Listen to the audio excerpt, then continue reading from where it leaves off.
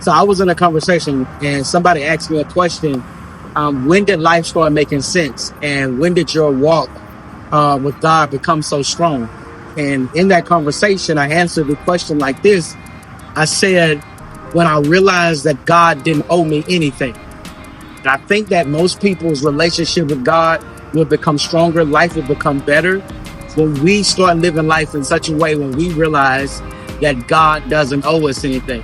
Literally, God gave us this only begotten son that died for us. That's my baby boy. Don't worry about him. And you would think a man giving his son to die for your sins so that you can live would be enough. But it's only in our culture and context that we are always asking God for everything without realizing that he don't owe us anything. And so somebody asked me, how do why do you work so hard and why do you grind so hard?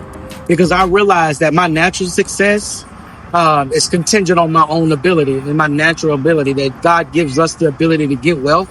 And it's not up to God to give that to me, but it's up to me to work it and use the gifts and apply the principles that he left for us to use.